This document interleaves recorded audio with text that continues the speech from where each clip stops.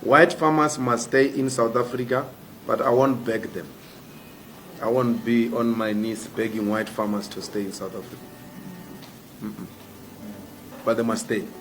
If they want to stay, they are more than welcome. Like all South Africans, there's nothing special about them. Nothing.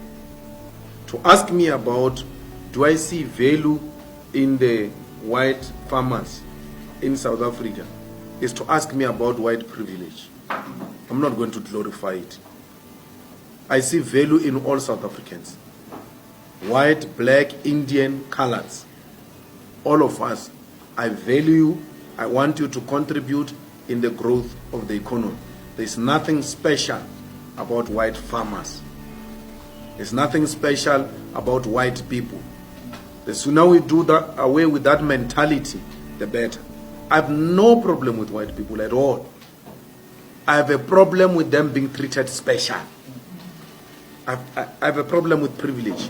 That's my problem. That when I say something, it's wrong.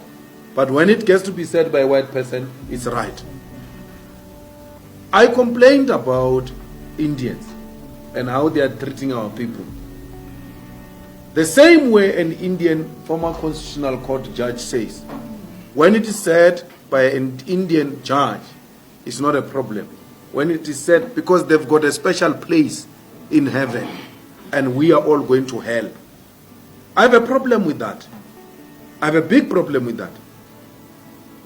That when things are said by certain people of a different color, they are understood. But when I say them, or Dali says them, or any African says them, they are said by an African child who comes from a poor family, a child of a domestic worker. Who's he to tell us? Can't be told by these people. So no one is going to destroy any white farm. No white person is going to be killed or beaten up under the EFF government. It will never happen. But they will have to come down from the high horse and be here with us. What makes the hostility is the inability of our fellow white South Africans to reach out. They don't reach out. They actually create an impression that we are actually owing them an apology. Not the other way around. We are the... I've never met a white person who says, let's preach reconciliation. They don't preach reconciliation. The victims are the ones who are preaching reconciliation. Victims. Because who are begging. I'm not Cyril Ramaphosa. I don't beg them. I will never beg them. They are going to stay here if they agree to be equal to black people. And I can tell you, my brother, I hear your accent. South African whites, they don't fear war. They don't fear blood. They don't fear any land taken from them. They know it will never happen. They fear equality. That's the only thing they are scared of. That they are going to be equal to monkeys. That's the only thing they fear. They know this Malema, they've listened to my talks. They know even when they reported me to Human Rights Commission, there's nothing hate about what this guy is saying. They know that. My crime is to demand an equality. That's a crime I'm committing in this country.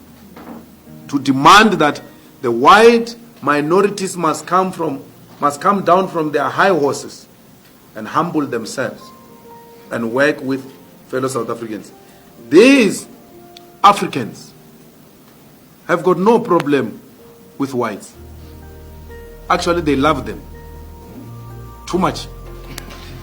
Some of them hate me because they think I hate white people. Or, hey, this one is going to make whites go. This one. They hate me for that. That's how much they love white people.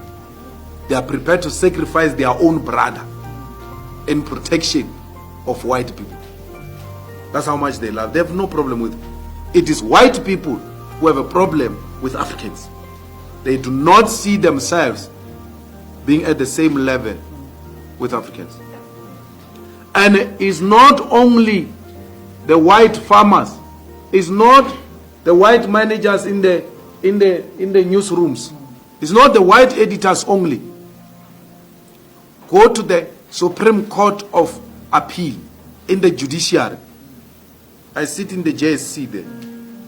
How the white judges in the Supreme Court of Appeal look down at their colleagues at the highest level of educated whites.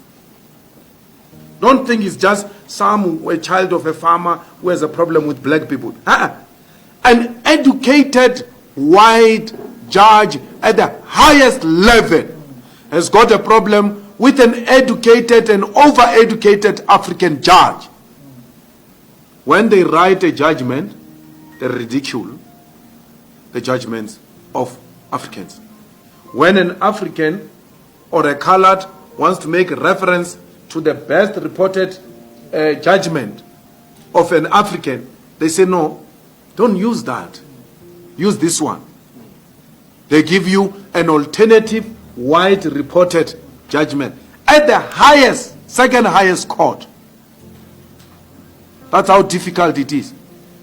Our black brothers have got no problem with white people. White people have got problem with us. No one is good. No one here. And some of us were even privileged because with the money we're getting in parliament, we have taken our children to private schools. Because there's no public school here in South Africa. Schools have collapsed.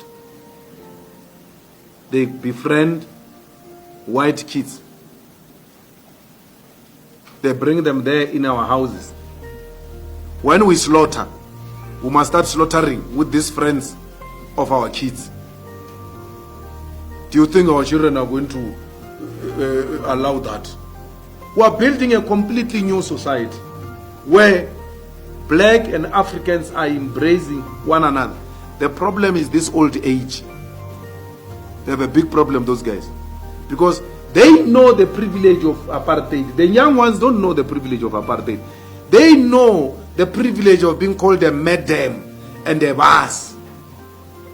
And then calling older women girls and older men boys. They know that privilege. And today is no more. That's what offended them. So I'm not going to beg them to stay here. I'm not begging anyone, especially white people. If they want to go, they can go. At least they've got somewhere to go. We don't have anywhere to go if things don't go right. We've got only here to go. So any white that says I'm going, you must know their loyalty is not with us because they've got 2 passports. They are not South Africans. They are half South African, half British. They can go. They must live quietly. Hack. Restart.